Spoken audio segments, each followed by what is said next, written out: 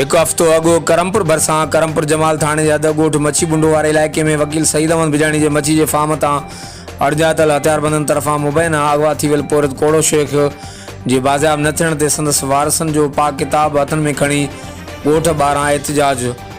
इन मौक़े ते एहतिजाज कंदड़नि गुलशेर मोहम्मद अज़ीम मौलाना साहिब ॾिनो मोहम्मद हसन मुस्माद गुलां शेख ऐं ॿियनि मीडिया वारे दाईंदे चयो त हिकु हफ़्तो थी वियो आहे अद जी पुलिस कख बनी बीणो न कयो आहे।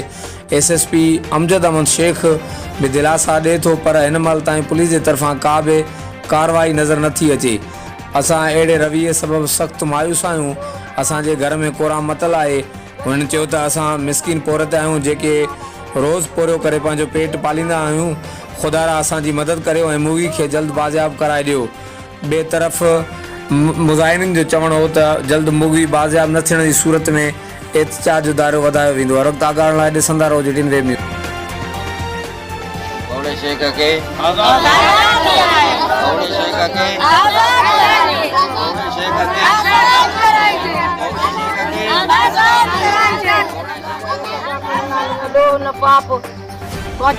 गरीब हो पंहिंजे पोरे सां वेंदो 20 साल आहे तव्हांजे कुझु कोन हाणे बेगुनाह मुंहिंजो बचो खणी आहिनि ॾोह न पाप।